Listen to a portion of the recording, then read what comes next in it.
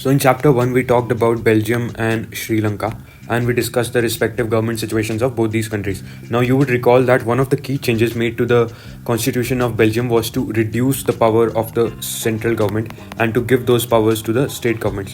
State governments बोल सकते हो या फिर provincial governments कुछ भी बोल सकते हो, regional governments भी कह सकते हो.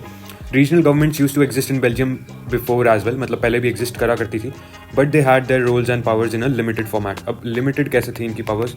Because they were subordinate to the central government. एक तरह से आप उसको जूनियर भी बोल सकते हो, जूनियर गवर्नमेंट्स कह सकते हो कुछ भी. They were dependent upon the central government because the central government could withdraw these powers of the state governments at any time. So जो सेंट्रल गवर्नमेंट थी वो अपने हिसाब से आज आपको पावर्स दे सकती है, ठीक है, एज अ स्टेट गवर्नमेंट्स, और फिर आपसे वो पावर कल वापस भी ले सकती है. उसकी अपनी मर्जी चलती है, कभी भी कुछ भी कर सकती है.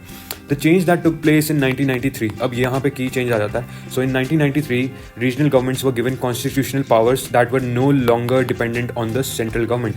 अब क्या हो गया था, जो सेंट्रल गवर्नमेंट की सुप्रीमेसी थी that was no longer true. अब वो इट डिडंट एग्जिस्ट एनीमोर क्योंकि कॉन्स्टिट्यूशन पावर्स आपने किस में डिस्ट्रीब्यूट कर दी, स्टेट गवर्नमेंट्स को भी दे दी. Thus Belgium shifted from a unitary form of government system to a federation form of government system या federal form of government system. तो इसकी बात हमने चैप्टर 1 में भी करी थी.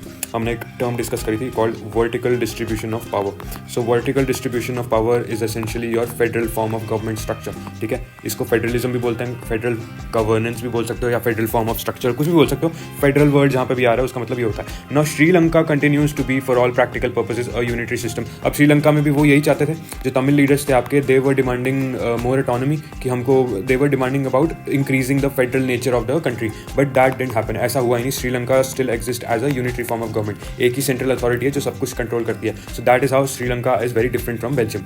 Now let's talk about the definition of federalism. Federalism is a government in which the power is divided between a central authority and various constituent units of the country. So एक central authority होगी और ढेर सारे regional units होंगे, ठीक है.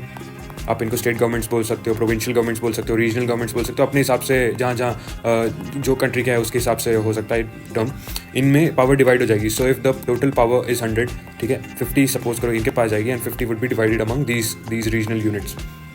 One is the government for the entire country that is usually responsible for the few subjects of common national interests. The other are governments at the levels of provinces or states that look after the day-to-day administration. Both these levels of government enjoy power independent to each other. This is the key term, independent. अब ये जो structure है ना, ये chain बनाई है. Federation में क्या होता है कि एक सेंट्रल अथॉरिटी होगी, ठीक है, and it looks after the common national interest of the country. ठीक है, जैसे फॉरेन पॉलिसी होगी आपकी, या फिर इंटरनेशनली कैसे बिहेव करना है, क्या डील्स हो रही हैं, आपका बिजनेस कैसा, इंटरनेशनली एज अ कंट्री आप कैसा बिहेव कर रहे हो, डिफेंस फोर्सेज वगैरह आपकी, ये सब किसका कंसर्न है, आपकी सेंट्रल अथॉरिटी का, सेंट्रल गवर्नमेंट का, या फेडरल गवर्नमेंट भी बोलते हैं इसको. फेडरेशन में इसको हम फेडरल गवर्नमेंट बोलते हैं. बट ये जो आपके रीजनल यूनिट्स हैं, they are not concern with that. They are concern with your day to day administration. जो आपके अराउंड आपको दिख रहा है ना, आपका गली मोहल्ला, आपकी लोकेलिटी, आपका एरिया, उसकी देखभाल किसको करनी है, इन स्टेट गवर्नमेंट्स को करनी है, रीजनल गवर्नमेंट्स को करनी है, रीजनल यूनिट्स को करनी है. सो दे लुक आफ्टर दैट. तो ये पावर जो है डिवाइडेड हो गई. ये जो सेंट्रल अथॉरिटी है, तुम भाई इंटरनेशनल चीज़ें देखो, क्या करना है कि ओवरऑल कंट्री को, एक उसके नेशनल इंटरेस्ट को देखो, और ये जो बाकी की चीज़ें ना, ये लोग हम खुद देख लेंगे, तुम्हारा कोई लेना देना नहीं है. And they are independent of each other. So ये क्या कर रही है, वो इसका काम है अपना, और ये जो सेंट्रल यूनिट्स, आपके रीजनल यूनिट्स आई मीन, ये क्या कर रहे हैं, ये इनका अपना काम है. दोनों का आपस में इंटरफेरेंस ज़्यादा होता नहीं है in a federation. In this sense, federations are contrasted with unitary government. Now, this is a contrasting feature because unitary governments में क्या होता है कि एक ही chain of command होती है, जैसे बेल्जियम में था ना. सो एक chain of command होती है. एक होगी आपकी सेंट्रल अथॉरिटी और फिर ये सबको डिक्टेट करेगी आपके रीजनल यूनिट्स को. इन सबको they are answerable to this central authority. ठीक है, ऐसे होगा कि ये वाला लेवल पे, ये सपोज करो ये एक लोकल गवर्नमेंट है, फिर ये आंसरेबल है स्टेट गवर्नमेंट के आपको, ठीक है, and state government is answerable to the central government. तो ऐसे चेन ऑफ कमांड होती है यूनिटरी फॉर्म ऑफ गवर्नेंस में. But in federation that is not true. They are independent of each other. Under the unitary system either there is only one level of government, कि या तो यार एक ही होगी, वो एक ही सेंट्रल गवर्नमेंट होगी और स्टेट गवर्नमेंट्स होगी नहीं, और वो सेंट्रल गवर्नमेंट आपकी हर चीज़ को डिक्टेट करेगी. जैसे चाइना में होता है, for example communist party of China हर चीज़ को डिक्टेट करती है. या फिर यूनिट्स होंगे, बट वो यूनिट्स उनके सबऑर्डिनेट होंगे, जूनियर होंगे सेंट्रल अथॉरिटी के आपके. Central government can pass on orders to the provincial और local governments, but in a federal system that is not true. हमने बात कर ली ऑलरेडी. अब इसके ना थोड़े से फीचर्स वगैरह की बात कर लेते हैं. स्टेट गवर्नमेंट हैज पावर्स, हाँ, हो गया. So let us look at some key features of the federalism. Number 1, 2 or more government levels oblique tiers. So we have already discussed this. एक central authority होनी चाहिए, then there should be state governments or regional governments for a system to be called as federal structure. क्यों? क्योंकि vertical distribution of power होना है. So power is being distributed vertically. So minimum 2 levels होने चाहिए, एक central authority और state authority. जैसे ही 2 level होते हैं तो आप उसको फेडरल बोल सकते हो। अब 2 और मोर बोला है, अब इसके अलावा you can add more levels to this as well. So in this example there is the third level, let's say it's a local level, this will also be called as a federal structure. तो 2 level minimum होने चाहिए, उसके बाद आप कितने भी levels add करते जाओ वो मैटर नहीं करता, that will all be known as federal structure. Number 2, different tiers of government govern the same citizens, but each tier has its own jurisdiction. अब jurisdiction की definition हम बात कभी करेंगे, but basically it means court, आपकी court की कितनी पहुंच है, कहाँ तक है। So central government, let's say India का एग्जांपल, वहाँ पे क्या है, एक सुप्रीम कोर्ट एग्जिस्ट करता है। हर स्टेट गवर्नमेंट से उनका स्टेट है, ठीक है, तो हर स्टेट में क्या एग्जिस्ट करता है, एक हाई कोर्ट एग्जिस्ट करता है। और जो लोकल गवर्नमेंट से आपकी, उनके क्या है, लोकल कोर्ट्स हैं। सो लोग जो हैं आपके, they are the same people, they are the same citizens, but when they are interacting on a national level with the central government, तो वहाँ पे कोर्ट कौन सा होगा, supreme court. but when they are interacting on a state level with the state governments, तो वहाँ पे court कौन सा होगा, high court. and if they are interacting on a local level, the courts will be local courts, ठीक है। Matter पे depend करता है, सब्जेक्ट क्या है, क्या टॉपिक है, उस पर डिपेंड करता है कि कौन सी आपकी ज्यूरिस्डिक्शन वाली ये लेवल, ये स्ट्रक्चर होगा। सो ज्यूरिस्डिक्शन, अच्छा इसका भी मीनिंग एक बार समझ लेते हैं। Jurisdiction is the area over which someone has legal authority, legal authority, this is the keyword. Now this area may be defined in terms of geographical boundaries or in terms of certain kinds of subject. अब जैसे एक high court है, high court क्या होता है, एक state के अंदर होता है, ठीक है, एक स्टेट है, उसके अंदर एक हाई कोर्ट है, और उस हाई कोर्ट की जो पावर है ना, वो यूजुअली उस स्टेट के अंडर ही ऑपरेट करेगी। It's not powerful outside that state. तो उसका जो ज्यूरिस्डिक्शन है ना, वो ये कहलाया जाएगा। ये जो एरिया है ना जहाँ पे उस हाई कोर्ट का अपना चलता है, ठीक है, दैट इज कॉल्ड ज्यूरिस्डिक्शन। कहाँ तक उसकी अथॉरिटी चलती है, बाहर जाके वो रिकग्नाइज इतनी नहीं होगी, यूजुअली उस स्टेट के अंडर होती है, हाई कोर्ट के एग्जाम्पल में। सो that is called geographical boundaries वाला इसका मीनिंग।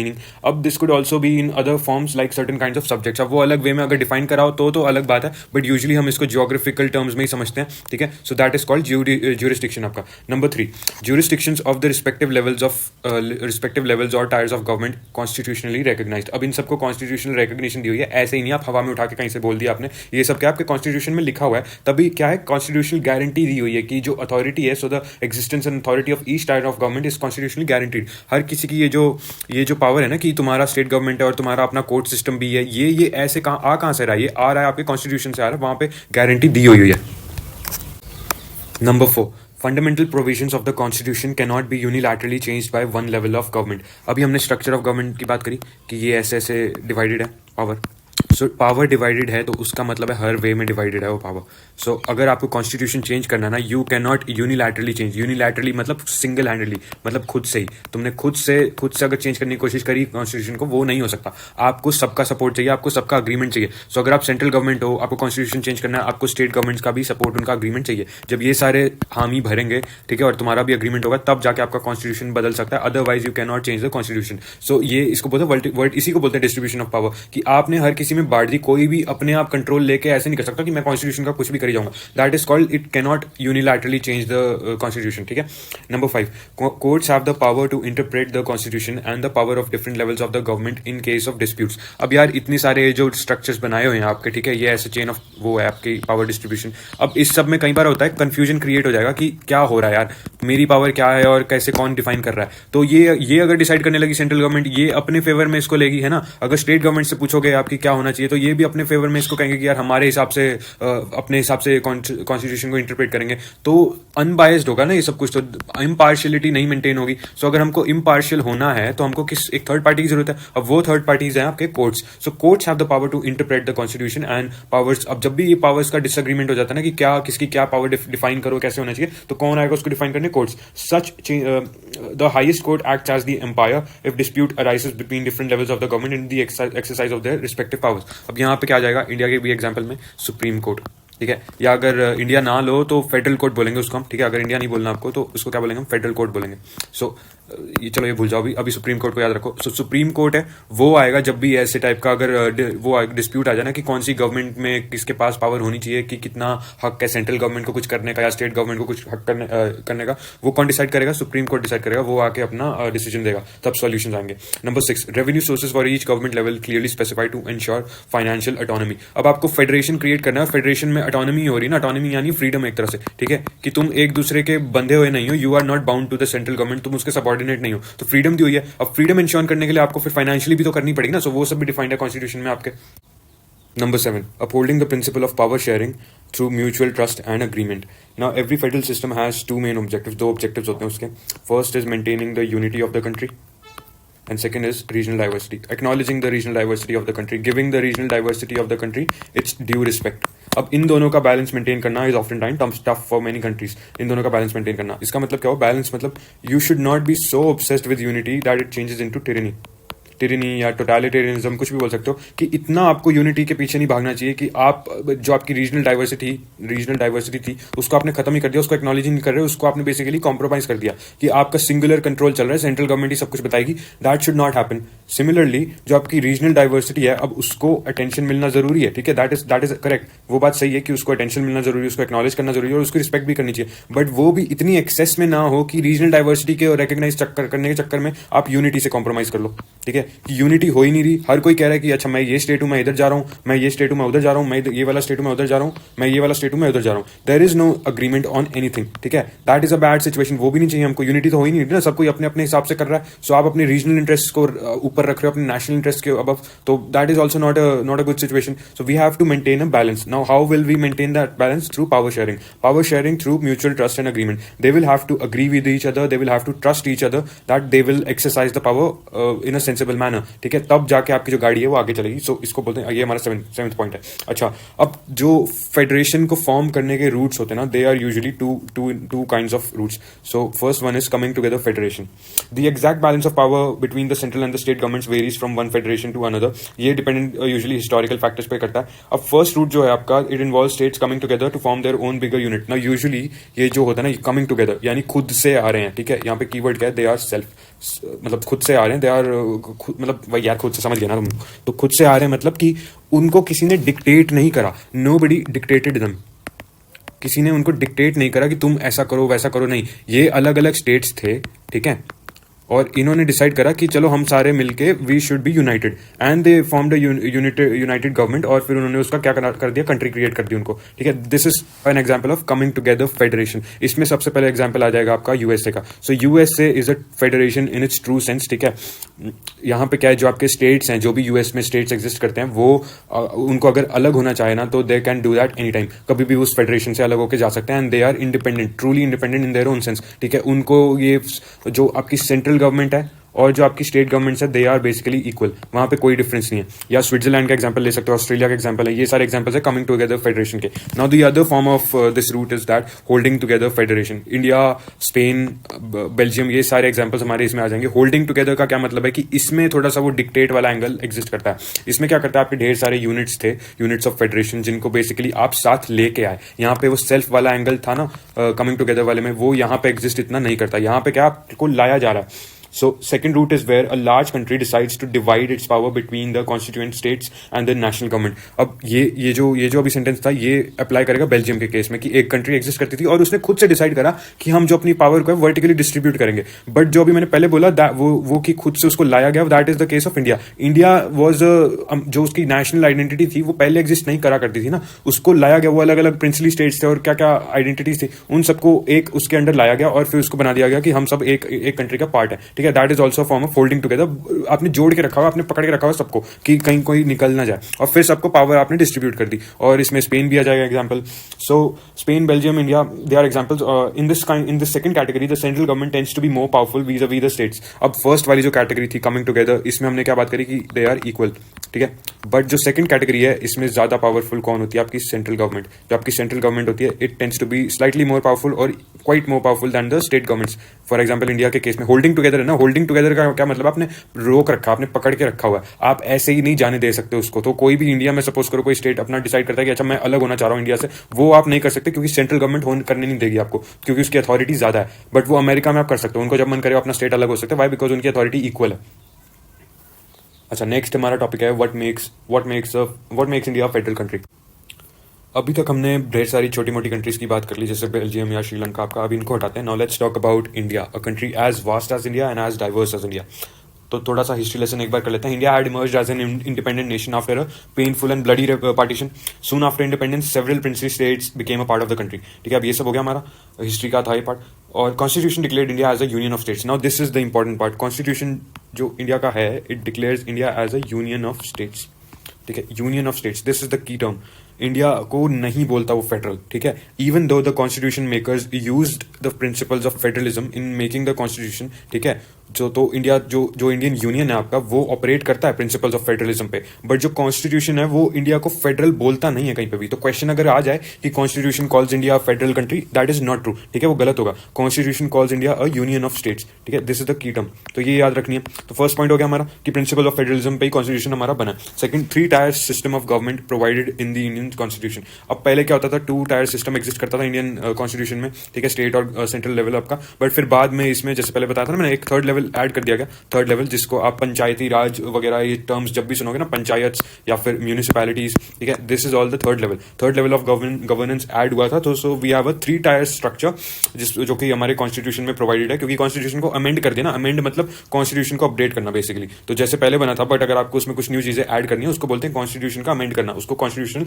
अमेंडमेंट बोलते हैं। तो वो अमेंड करके हमने उस 2 टायर स्ट्रक्चर को 3 टायर स्ट्रक्चर बाद में बना दिया था। So we have a 3 tier structure, जिसमें हमारी एक लोकल गवर्नमेंट्स होती है, फिर स्टेट गवर्नमेंट्स होती है, और फिर यूनियन गवर्नमेंट तो है ही हमारी, सेंट्रल गवर्नमेंट। अच्छा, इसी से रिलेटेड ना वी हैव लिस्ट का एक कॉन्सेप्ट आ जाएगा, ठीक है। तो ये अलग अलग ये जो आपके आइडेंटिटीज हैं, सो स्टेट गवर्नमेंट या फिर आपकी यूनियन गवर्नमेंट, अब इन सब के जो सब्जेक्ट्स है ना, उन सबको कैसे डिफाइन करता है कॉन्स्टिट्यूशन, लिस्ट के थ्रू डिफाइन करता है। So we have 3 list, union list, state list and concurrent list, ठीक है, union list, state list and concurrent list, ये लिस्ट हैं, इनके अंदर इनके सब्जेक्ट्स डिफाइन करते हैं। सो यूनियन लिस्ट के अंदर वो सारे सब्जेक्ट्स होंगे जिसको कौन गवर्न करता है, यूनियन गवर्नमेंट, वो उसके कंट्रोल में आता है। सो इसके एग्जांपल क्या होंगे, जैसे आपका फॉरेन पॉलिसी होगी, आपके डिफेंस ऑफ द कंट्री होगी, डिफेंस हो गया, फॉरेन पॉलिसी होगी, आपकी बैंकिंग होगी, ये सारे आपके यूनियन गवर्नमेंट के अंडर आ जाएंगे।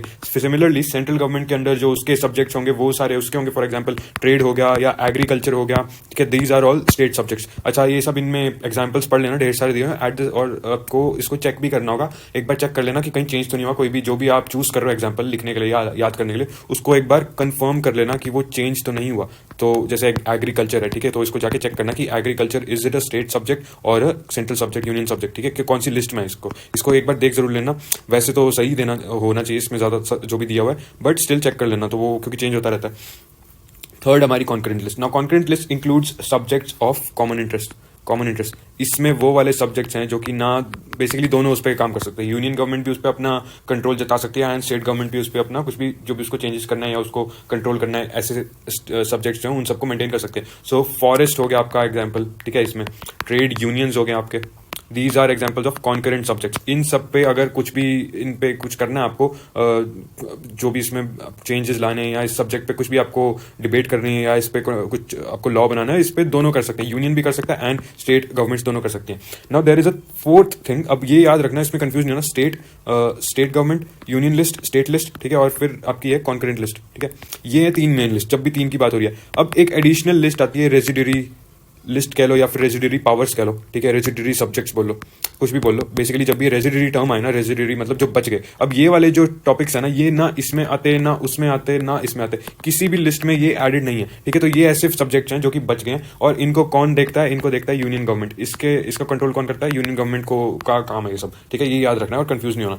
Third, 3-4 legislative powers distribution between the union government, the state government. अच्छा, ये हो गया ना, हो गया, हाँ हो गया। Number 4. Holding together federations don't give equal power to all its constituent units. Thus, all states in the Indian Union do not have identical powers. तो हमने होल्डिंग टुगेदर फेडरेशंस की बात करी थी अभी, इसके एग्जांपल्स कौन से थे, इंडिया, बेल्जियम, स्पेन, ठीक है, and one of the main characteristics we talked about these types of federations was that there is a unitary bias. जो यूनिटरी गवर्नमेंट्स हैं इन सब कंट्रीज की, they are slightly more powerful than their state governments, ठीक है, there is a unitary bias. अब वो exist करता है, तो जो पावर का डिस्ट्रीब्यूशन है ना, इट्स नॉट इक्वल, ठीक है, वो इक्वल डिस्ट्रीब्यूशन नहीं है। सो दिस इज अ की characteristic of holding together federation. जब भी वो होल्डिंग टुगेदर है ना, तो वहां पे हम देखते हैं जो सेंट्रल अथॉरिटी आपकी या सेंट्रल गवर्नमेंट कह लो जिसको, ठीक है, वो अपने हिसाब से पावर को डिस्ट्रीब्यूट करती है। सो कोई यूनिट को सपोज करो 10 यूनिट ऑफ पावर मिल रहे हैं, ठीक है, किसी और स्टेट को क्या मिल रहे हैं, 30 यूनिट ऑफ पावर, 30 यूनिट्स, फिर कोई और आ जाएगा उसको सीधा 50 यूनिट मिल रहा है, और किसी को कुछ मिल ही नहीं रहा, 0, ठीक है। तो ये क्या, सेंट्रल अथॉरिटी अपने आप जो डिस्ट्रीब्यूट कर रही है ना, पावर का जो डिस्ट्रीब्यूशन हो रहा है, दैट इज नॉट इक्वल। हर किसी को 10-10 यूनिट नहीं मिल रहा, अपने हिसाब से सेंट्रल अथॉरिटी डिसाइड कर रही है, सेंट्रल गवर्नमेंट आपकी, कि किसको पावर कितनी मिलनी चाहिए। सो इंडियन यूनियन के एग्जाम्पल में अगर हम इसमें बात करें, सो 7 सिस्टर्स के जो हमारे स्टेट्स हैं, ढेर सारे ईस्टर्न स्टेट्स हैं, उनको स्पेशल प्रिविलेजेस प्रोवाइडेड है। Now the reasons for that could be anything, ठीक है, मे बी टू मेनली यही होता है कि इनका जो इंडिजिनियस कल्चर है उसको प्रोटेक्ट करने के लिए। सो अरुणाचल आ जाएगा इसमें आपका, Arunachal is a good example, या आसाम, और मिजोरम, ठीक है, these are some examples of the states who enjoy special privileges, इनके पास स्पेशल प्रिविलेजेस हैं. ऑन दी अदर हैंड अब हम बात करते हैं कुछ यूटीज की, यूनियन टेरिटरीज, ठीक है, अपना चंडीगढ़ हो गया या फिर आपका ये पौंडीचेरी हो गया या पुडुचेरी, कुछ भी बोलो, इनके पास तो बेचारों के पास स्टेट वाला स्टेटस भी नहीं है, इनको वो भी नहीं मिलता. मतलब इनको सीधा सेंट्रल गवर्नमेंट खुद ही कंट्रोल कर लेती है. इनको कहती है कि तुमको हम खुद भी मतलब यूनियन टेरिटरी हो, बस हमारे अंडर हो. इनकी खुद की कोई स्टेट गवर्नमेंट मतलब स्टेट वाला स्टेटस इनके पास नहीं है. ऑन दी अदर हैंड हम उन ईस्टर्न स्टेट्स की बात करें जैसे सेवन सिस्टर्स के जो हमने बात करी, उनको तो स्टेट स्टेटस तो मिल ही रहा है. On top of that there is special privileges. So that is called unequal power distribution. Equally नहीं हो रहा, अपने हिसाब से सेंट्रल अथॉरिटी डिसाइड कर रही है किसके क्या पेक्यूलियर सिचुएशन है, क्या फैक्टर्स है, उसके हिसाब से हम उनको पावर ग्रांट करेंगे. Number 5, not easy to make changes to this power sharing arrangement. The parliament can not on its own change this arrangement. अभी अरेंजमेंट यहाँ पे गलत थोड़ा सा आ गया, ये आना था यहाँ पे, ठीक है. So not easy to make changes to this power sharing structure. अब ये जो फेडरेशन का स्ट्रक्चर है, इसको आप ऐसे ही थोड़ी ना आपका मन करा चेंज कर दिया आपने. यूनियन गवर्नमेंट इतनी भी पावरफुल नहीं है, ठीक है, कि वो कभी भी इसको चेंज कर सकते, तो ऐसा नहीं हो सकता. सो टू चेंज मतलब आपको कॉन्स्टिट्यूशन में चेंज करना होगा. This comes under the basic structure of the constitution, ठीक है. अगर उसको आपको चेंज करना है, द पार्लियामेंट कैन नॉट ऐसे नहीं कुछ से कर सकता. Any change to it has to be first passed by both houses of the parliament, ठीक है, both houses of the parliament with कितना मेजोरिटी, 2/3 मेजोरिटी, इतनी मेजोरिटी होनी चाहिए. And it should be ratified. Ratified मतलब कंफर्म करना, consent करना, ठीक है. It should be ratified by half of the total states of the legislatures of total states, ठीक है. जो जितने भी आपके टोटल स्टेट्स है ना, उनमें से एटलीस्ट हाफ के जो भी मतलब बेसिकली स्टेट्स ही, ठीक है, लेजिस्लेचर मतलब उनका स्टेट के लेजिस्लेचर, ठीक है, तो उन स्टेट्स में से एटलीस्ट हाफ को इस चीज को रैटिफाई करना होगा. रैटिफाई मतलब कंसेंट दे देना या फिर अप्रूव कर देना, कंफर्म कर देना, बेसिकली कुछ भी हो सकता है. So that is called ratification. At least half of the state legislatures should ratify something that has already pass the 2/3 majority test of both houses of the parliament, ठीक है. ये इतना लंबा प्रोसेस है. तो कॉन्स्टिट्यूशनली अगर आपने इस पावर शेयरिंग अरेंजमेंट को चेंज करना हो ना, तो तब जाके सबके बेसिकली अग्रीमेंट के बाद ऐसे होता है. ऐसे नहीं कि पार्लियामेंट का जब मन करा कुछ भी कर दिया उसने. Number 6, judiciary's role in settling disputes between the union government and state governments. अभी हमने already features of parliament, features of federalism में बात कर ली थी. तो ये this is also another reason why India is a federation, ठीक है, कि जुडिशरी डिसाइड करती है. जब भी कंफ्यूजन होता है कि सेंट्रल गवर्नमेंट का पावर है या फिर स्टेट गवर्नमेंट का पावर है, किसको क्या होना चाहिए, वो कौन डिस्प्यूट जब भी अराइज होते हैं ना, तो उसको सॉल्व कौन करता है, उसको सेटल कौन करता है, जुडिशरी करती है आपकी. So our next topic is how is federalism practiced. The real success of federalism in India can be attributed to the nature of democratic politics in a country. अब जो federalism in India है ना, it has been maintained. Why? Because democratic politics has been promoted. Democratic politics की वजह से federalism हमारा आज तक चलता आ रहा है, otherwise ये दब जाता, ठीक है. So let's look at some of the major ways in which this has happened. Linguistic states. The creation of linguistic states was the first major test for the democratic politics in our country. अब अगर आप history निकाल के देखो ना, after post independence history India की, सो उस time के मैप को 1947 के इंडिया के मैप को कंपेयर करो आज के 2024 के मैप से, तो आपको दिखेगा a lot has change in terms of state boundaries, ठीक है. तो कौन सी स्टेट की आइडेंटिटीज थी वो सारी काफ़ी चेंज हो चुकी हैं. You will see a lot more linguistic states. जो फॉर एग्जांपल जो आपका मद्रास प्रेसिडेंसी था, वो एक ही बड़ा सा रीजन था, बट अगर आज आप देखोगे there is Telangana, there is Andhra, there is Tamil Nadu, ठीक है, अलग अलग वो है ना आइडेंटिटीज. तो हम क्या देख रहे हैं, लिंग्विस्टिक स्टेट्स का एक राइज देख रहे हैं. अब आफ्टर इंडिपेंडेंस सेंट्रल गवर्नमेंट को एक फियर था, there was this fear that giving this linguistic importance to each and every state would be harmful to the unity of India, ठीक है. क्योंकि क्या हो जाएगा इससे, कि उनको लगा था कि यार अगर हमने हर किसी की लिंग्विस्टिक डिमांड को मानना स्टार्ट कर दिया, तो यार ये अपने रीजनल या लिंग्विस्टिक जो इनके क्राइटेरियाज हैं उनको ज़्यादा इंपॉर्टेंस देंगे, लैंग्वेज वाली अपनी चीज़ों को, और जो एक नेशनल आइडेंटिटी है ना, जो नेशनल आइडेंटिटी है उसको ये डिसमिस कर देंगे, उसको ये भाव देंगे ही नहीं ज़्यादा. तो ये एक फियर था, बट इनको इवेंचुअली सेंट्रल गवर्नमेंट को मानना ही पड़ा, क्योंकि लिंग्विस्टिक स्टेट्स की डिमांड इतनी थी, तो मानना पड़ा, जिसकी वजह से we saw the rise of many linguistic states. बनते गए टाइम पास होता गया, और फिर उसका रिजल्ट क्या निकला, उसका रिजल्ट ये निकला कि it actually helped in promoting federalism, ठीक है. प्रमोट कैसे हुआ, अब जो उनको फियर था ना कि यूनिटी ऑफ कंट्री हार्म हो जाएगी, टूट जाएगी, वो तो नहीं हुआ, ठीक है, बट जो फेडरलिज्म था ना, जो डिस्ट्रीब्यूशन ऑफ पावर है वो इंक्रीज हो गया, क्योंकि अब आपने लिंग्विस्टिक उनकी डिमांड मान ली ना, तो आप उनके उसको रिकॉग्नाइज कर रहे हो, उनको एक्नॉलेज कर रहे हो, आपने उनके जो भी हक की डिमांड थी उसको दबाया तो नहीं ना आपने. तो दैट इज कॉल्ड फेडरलिज्म. आप पावर शेयर कर रहे हो उनके साथ. तो उस तरह से लिंग्विस्टिक स्टेट सिग्निफाई कि कैसे फेडरलिज्म इंडिया में प्रमोट होता हुआ है और होता आया और प्रैक्टिस भी किया गया. अच्छा, लिंग्विस्टिक स्टेट्स के अलावा दूसरे फॉर्म्स ऑफ आइडेंटिटीज भी हैं जो कि सिमिलर कैटेगरी में फॉल करेगा. फॉर एग्जांपल कल्चरल आइडेंटिटी या एथनिसिटी के बेसिस पे, ठीक है, या इवन ज्योग्राफी के बेसिस पे आप जब स्टेट्स को बना रहे हो ना, डिमार्केट कर रहे हो उनको, सो वहाँ पे भी आप फेडरलिज्म को प्रमोट कर रहे हो. तो इसमें ढेर सारे एग्जाम्पल आ जाएंगे, जैसे हमारा उत्तराखंड, झारखंड, ठीक है, या छत्तीसगढ़ हो जाएगा. ये सारे वो स्टेट्स के एग्जाम्पल है जिनको अलग लैंग्वेज रीजन्स की वजह से नहीं बनाया हुआ, but for other reasons which comes in this list. तो कल्चर हो सकता है या एथनिसिटी हो सकती है, ज्योग्राफी. फॉर एग्जाम्पल ज्योग्राफी वाला उत्तराखंड में अप्लाई करता है. उत्तराखंड हिल स्टेट है, now it's a Himalayan state. अब आप उसको यूपी में साथ में डाल रखा था, और यूपी की कैपिटल जब तक उनको लखनऊ वगैरह पहुंचना होता इतना दूर हो जाता, तो why not create a different state, है ना. सो उसकी बेसिस पे हुआ. तो ऐसे ऐसे ढेर सारे दूसरे भी रीजंस थे, बट इसी में फॉल कर जाएगा. Now the other point is language policy. So language policy, a second test for Indian federation is the language policy. Our constitution did not give of any national language status to any language. तो जो national language है, अगर आज भी आप देखो, we do not have a national language. ठीक है, हमारे पास कोई नेशनल लैंग्वेज नहीं है. ढेर सारे लोगों को एक मिसनोमर है कि Hindi is the national language, but that is not true. Hindi is not the national language. It is an official language of India. India has 2 languages. ठीक है, 2 ऑफिशियल लैंग्वेजेस, और one of them is Hindi. दो कौन सी official languages है? English and Hindi.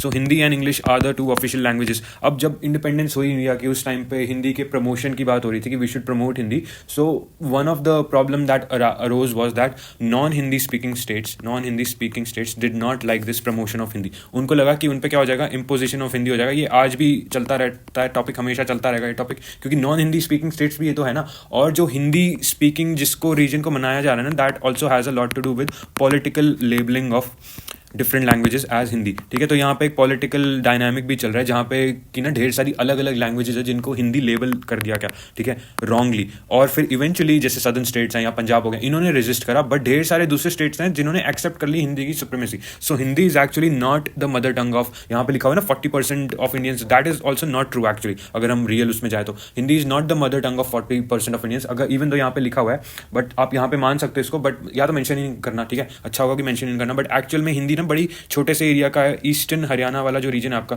ठीक है, हरियाणा का नॉर्थ ईस्टर्न पार्ट हो गया. ठीक है, एंड दिल्ली वाला एरिया हो जाएगा. Then we have north west UP वाला, यूपी का north west area which is similar to Haryana. तो ये वाला जो एरिया है ना, ये है यहाँ पे जहाँ से हिंदी नेटिवली आती है. ठीक है, ये एक्स्ट्रा इन्फॉर्मेशन दे रहा हूँ. सो यहाँ का जो एक डायलेक्ट बोला जाता है, खड़ी बोली. ठीक है, तो ये हरियाणा में बोली जाती है, और नॉर्थ वेस्ट यूपी में बोली जाती है, और दिल्ली में बोली जाती थी, और हरियाणवी भी इसके बड़ी सिमिलर होती है. ठीक है, Haryanvi is also very similar to Khari Boli. तो इनका जो सोफिस्टिकेटेड वर्जन है ना, दैट इज हिंदी. जो इसको बेसिकली आपने डेकोरेट कर दिया और फिक्स कर दिया, उसकी ग्रामर वगैरह एक तरह का सुनने में भी अच्छा लगता है वो, दैट इज हिंदी. या हिंदुस्तानी बोला जाता था इसको पहले, तो हिंदुस्तानी, ये भी another extra piece of information है. Hindustani was the main language, और इसी से उर्दू और हिंदी आती है आपकी. ठीक है, तो ये अलग हमारा रिलीजियस ड्रामे की वजह से जो भी हुआ वो अलग चीज़ है, वो हमें हमारा कंसर्न नहीं है. But this language is native to that region. But इसकी इम्पोजिशन होने लगी, इसको क्या हो गया, स्प्रेड करने लगी पॉलिटिकल इम्पोजिशन. तो ढेर सारे दूसरे रीजन है जिनको आप आज सुनोगे कि हिंदी स्पीकिंग रीजन या Hindi plains, that is not true. ठीक है, ज़्यादातर ये आपका यूपी बिहार इस सब की लैंग्वेज नहीं है हिंदी एक्चुअली. ना उत्तराखंड या हिमाचल, हाँ कहीं की लैंग्वेज हिंदी नहीं है, ना राजस्थान की है. बट आप देखोगे मैप्स में कि उन सबको हिंदी बोल दिया जाएगा, हिंदी बेल्ट बोल देंगे वो सब. Those are all wrong terms. But उसको ही वो चल रहा था ना इम्पोजिशन. इवन पंजाबी को at some point Hindi label करने की कोशिश करी गई थी, बट उन्होंने रेजिस्ट कर दिया. सिमिलरली जो हमारे द्रविडियन स्पीकिंग स्टेट्स हैं, ठीक है, southern states, they also resist the Hindi imposition. तो यहाँ पे भी we see a federal nature of Indian politics की जो डिफरेंट स्टेट्स है ना, उन्होंने जब ये रेजिस्ट करा, उन्होंने मांग रखी कि आप हिंदी इम्पोज ना करो, या हिंदी को इतना स्प्रेड कैसे कर रहे हो कि आप हमारी लैंग्वेजेस का क्या, उस सब का क्या. सो उसको रिकग्नाइज करा गया. And we also have the 22 scheduled languages. ठीक है, तो ये याद रखना, शेड्यूल्ड लैंग्वेज, शेड्यूल कुछ भी बोलो. So we have the concept of 22 scheduled languages. अब इसमें सपोज करो आपको कोई भी एडमिनिस्ट्रेटिव एग्जाम देना है, या कोई भी आपको अपनी टंग में देना है, वन ऑफ दोज लैंग्वेजेस जिसमें आप ये एग्जाम दे सकते हो, ठीक है, वो इन लैंग्वेजेस में से हो सकती है. 22 शेड्यूल्ड लैंग्वेजेस में सिर्फ हिंदी जरूरी नहीं है, इंग्लिश जरूरी नहीं है, ये दूसरी लैंग्वेजेस भी हो सकती है. तो ये भी तो यहाँ पे भी तो आप federal nature of Indian polity का वो रिकग्निशन दे रहे हो ना, कि कैसे फेडरलिज्म प्रमोट हुआ.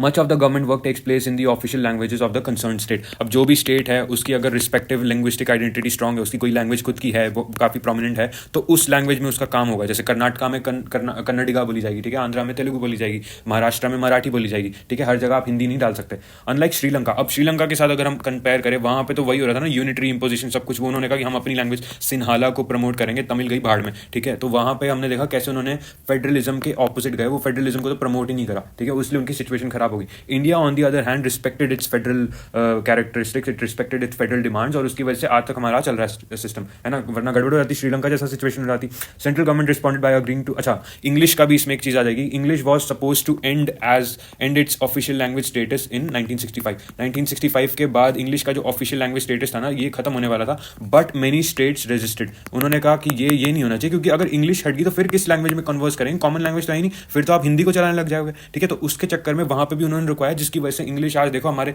We are studying everything in English, हमारी बुक्स है सब कुछ, हम प्योरली अपनी लैंग्वेज कोई भी नहीं बोल पाते, इंग्लिश हमारी इतनी पेनिट्रेट कर चुकी है, इंग्लिश के बिना हमारी गाड़ी चलती नहीं है ना। सो that is another example of federalism India में कैसे प्रमोट हुआ। उन्होंने कहा कि यार हम तो नॉन हिंदी स्पीकर्स हैं और आप ये इंग्लिश हटा के फिर ये कौन सी कॉमन लैंग्वेज रहेगी, जिसकी वजह से इंग्लिश को कंटिन्यू करा गया कि ऑफिशियल लैंग्वेज है, और आज तक है official language. Hindi and English are both official languages of India.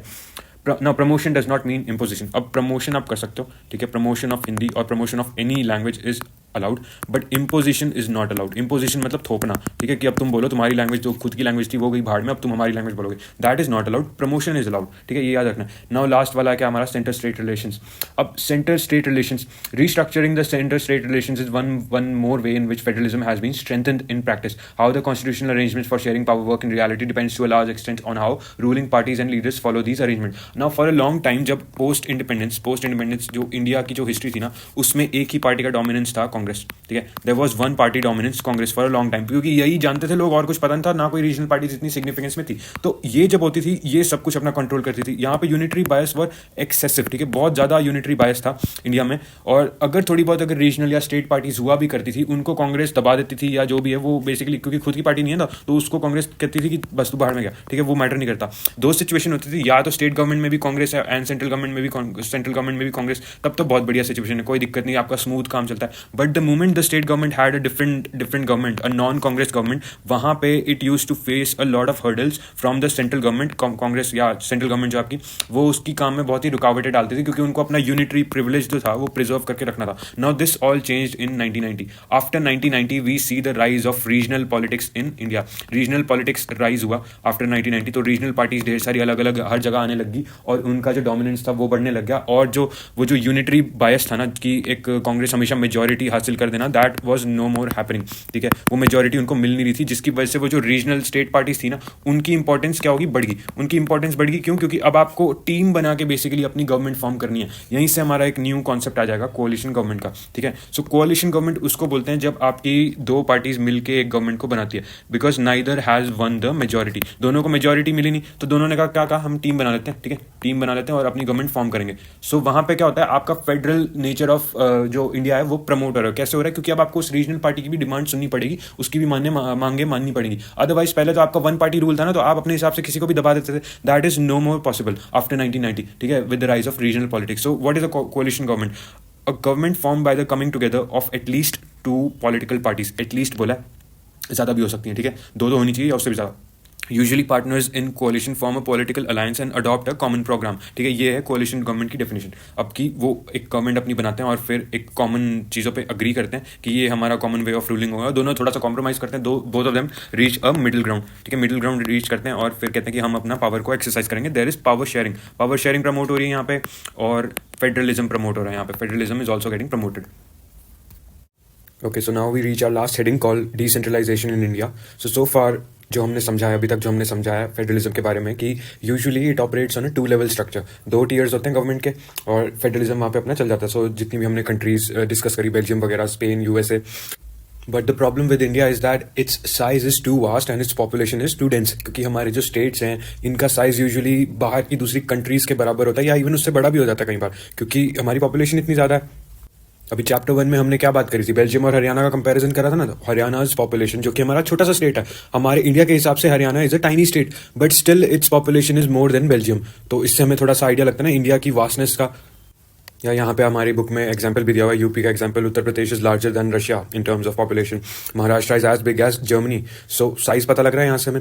Now the important information we get from this comparison is that जो फेडरल स्ट्रक्चर्स बाहर की कंट्रीज में चल रहे हैं, अगर उन कंट्रीज का साइज उतना है और हमारे स्टेट्स का ही साइज उतना है, तो अगर उनके यहाँ पे 2 टीयर स्ट्रक्चर चल रहा है गवर्नेंस का, फेडरलिज्म का, सो वो हमारे यहाँ पे कहाँ पे चलेगा? वो हमारे यहाँ पे स्टेट्स में चलेगा ना। वो अगर हम कॉरेस्पॉन्डिंगली बात करें, सो what is working in the countries outside India, that will work in the states with in India, क्योंकि हमारे स्टेट्स ही इतने बड़े हैं।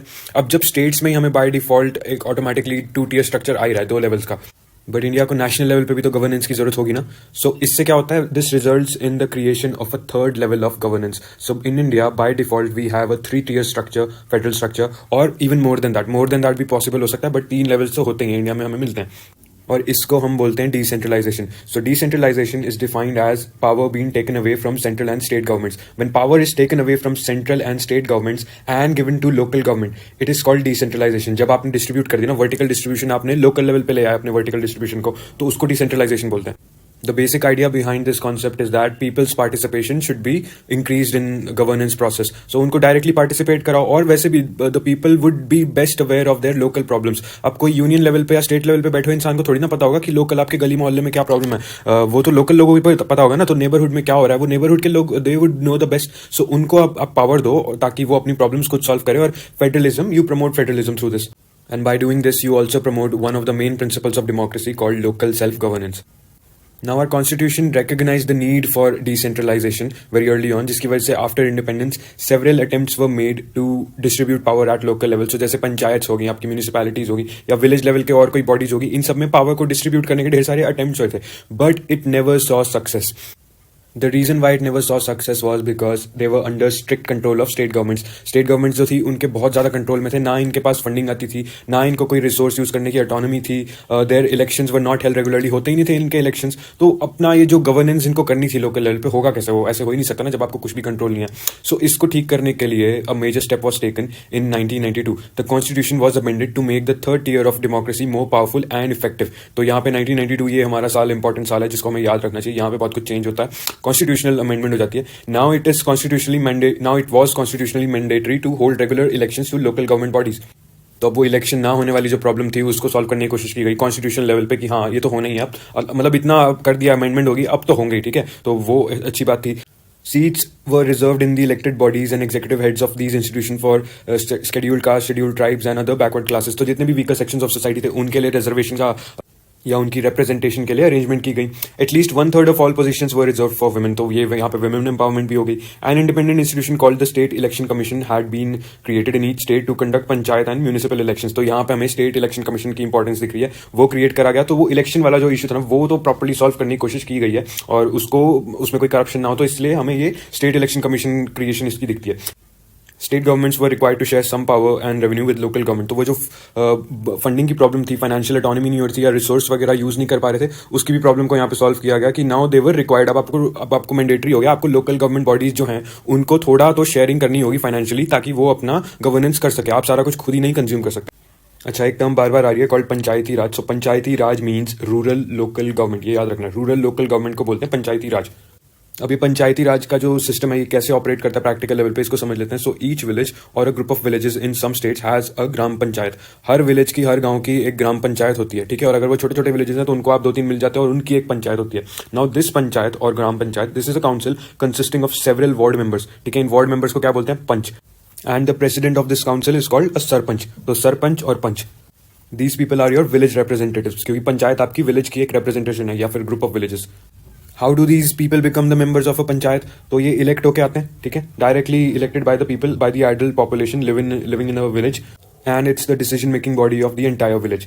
अच्छा, ये पंचायत किसके अंडर आती है? It works under the supervision of a thing called gram sabha. तो ये न्यू बॉडी है ग्राम सभा. जो पहले क्या था? ग्राम पंचायत. ये है ग्राम सभा जो कि पंचायत को सुपरवाइज करती है. All the voters in the village are its members. तो ग्राम सभा के सब लोग मेंबर है. It has to meet at least twice और thrice in a year to approve the annual budget of the gram panchayat and to review the performance of the gram panchayat. So जो ग्राम सभा है ना, वो क्या करती है? पंचायत का देखा रेखा करती है कि पंचायत कैसा काम कर रही है, उसको परफॉर्मेंस का रिव्यू करती है, उसका बजट वगैरह पास करती है. ये सब ग्राम सभा का काम है. अच्छा, अब एक लेवल और ऊपर हम बढ़ जाएं तो we have a thing called panchayat samitis. तो जब ढेर सारी पंचायत को आप ग्राम पंचायत को ग्रुप कर देते हो ना एक साथ, तो दे फॉर्म अ पंचायत समिति और अ ब्लॉक और अ मंडल. ठीक है, तो आप मल्टीपल पंचायत थी, अगर एक गांव की पंचायत या सपोज करो एक पंचायत मल्टीपल विलेजेस को गवर्न कर रही है, तो इन सब अलग अलग पंचायत को जब आपने एक तरह एक ग्रुप में ग्रुपिंग कर दी उनकी, इस सब को वो मिला के क्या बनता है? एक ब्लॉक बनता है. Now this block will also be called a mandal और अ पंचायत समिति. ये सारी एक ही बात है. पंचायत समिति, ब्लॉक, मंडल सारे एक ही वर्ड है. Members of this representative body called Panchayat Samiti are elected by all the Panchayat members in that area. So इनको कौन इलेक्ट करता है? पंचायत के जो मेंबर्स हैं. ठीक है, पंचायत के मेंबर्स कौन है? जो वहाँ के विलेजर्स ने डायरेक्टली इलेक्ट करे हुए हैं. ठीक है, वो पंच, सरपंच, वो सब लोग. तो अलग अलग पंचायतें हैं, वो लोग जो हैं वो इन पंचायत समितिज के जो रिप्रेजेंटेटिव्स हैं उनको इलेक्ट करते हैं. ऑल द पंचायत समितिज और mandals in a district together constitute the zila parishad. अब डिस्ट्रिक्ट्स होते हैं हर स्टेट में, तो यहाँ पे एग्जाम्पल में दिख रहा होगा, हरियाणा का एग्जाम्पल है जैसे. So Haryana is divided into multiple district. हर स्टेट ऐसे ढेर सारे डिस्ट्रिक्ट्स में डिवाइडेड होता है. और एक डिस्ट्रिक्ट के अंदर जितने भी पंचायत समितिज या ब्लॉक्स एग्जिस्ट करते हैं वो सारे मिला के एक बना देते हैं जिला परिषद। तो जितने भी एग्जिस्ट करते हैं एक डिस्ट्रिक्ट के अंदर आपके ब्लॉक्स या पंचायत समितिज, वो सारे एक बॉडी के अंडर आ जाते हैं कॉल्ड जिला परिषद। Most of the members of the zila परिषद आर इलेक्टेड। कई बार क्या होता है, लोकसभा मेंबर्स होंगे उस डिस्ट्रिक्ट के, या एमएलएज होंगे, या कोई और गवर्नमेंट ऑफिशियल्स होंगे उस डिस्ट्रिक्ट लेवल पे जो इंपॉर्टेंट है, they are also sometimes members of the zila parishad. Now zila parishad chairperson is the political head of the zila parishad, सो वही इसका चेयरपर्सन वही होता है, हेड करता है इसको। And in similar fashion local government also exist for urban area. So urban areas में हमें दो टाइप की लोकल गवर्नमेंट दिखती है, एक होती है म्यूनिसिपैलिटी, दूसरी होती है municipal corporation. So municipal corporation are for big cities, तो जितनी भी दिल्ली मुंबई टाइप यहाँ पे होती है म्यूनिसिपल कॉर्पोरेशन। और जो छोटे टाउन्स हो गए या छोटी सिटीज हो गए उनमें आपको दिखेगी म्यूनिसिपैलिटीज।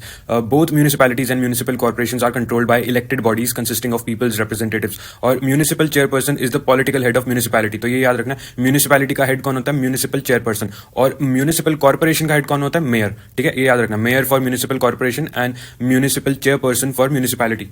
अब इस लोकल सेल्फ गवर्नेंस के टॉपिक का थोड़ा सा क्रिटिकल एनालिसिस करें तो it's the largest experiment ever done in a democracy anywhere in the world. ठीक है, इतना बड़े लेवल पे ये जो एक्सपेरिमेंट करा गया। So if we look at the pros or positives of decentralization, then it has deepened democracy in a country like ours. Constitutional status मिलने की वजह से जो democracy हुई है उसका impact deepen हुआ है। Federalism को बढ़ावा दिया है ना, federalism तो बढ़ा ही है। It has also increased women's representation and voice in our democracy. Women empowerment हुई है तो बहुत अच्छी बात है। Now the cons या negatives कह लो। At the same time there are many difficulties. अभी भी ढेर सारी difficulties हैं। Elections जो कि regularly हो जाते हों, but gram सभाज are not held regularly. ग्राम सभा नहीं होती है, वो इतना जो उसको करना चाहिए था अपना काम वो कर नहीं रही है। Most state governments have not transferred any significant powers to the local governments. मतलब जो भी पावर वगैरह ट्रांसफर करी है ना, नाम की करी गई है ऐसी फॉर्मेलिटी के लिए। एक्चुअल पावर जो है ना वो अभी भी ट्रांसफर नहीं करी गई है, तो सेम वही पुरानी वाली प्रॉब्लम है। एंड फंड्स वगैरह या रिसोर्सेज वगैरह इनको कुछ नहीं मिलते, तो वही सेम पुरानी प्रॉब्लम है। And we have a long way to go, मतलब अभी भी बहुत ज़्यादा इंप्रूवमेंट की ज़रूरत है। So here chapter is finished. यहाँ पे हमारा चैप्टर नंबर 2 खत्म होता है। तो थैंक्स फॉर वॉचिंग, बाय।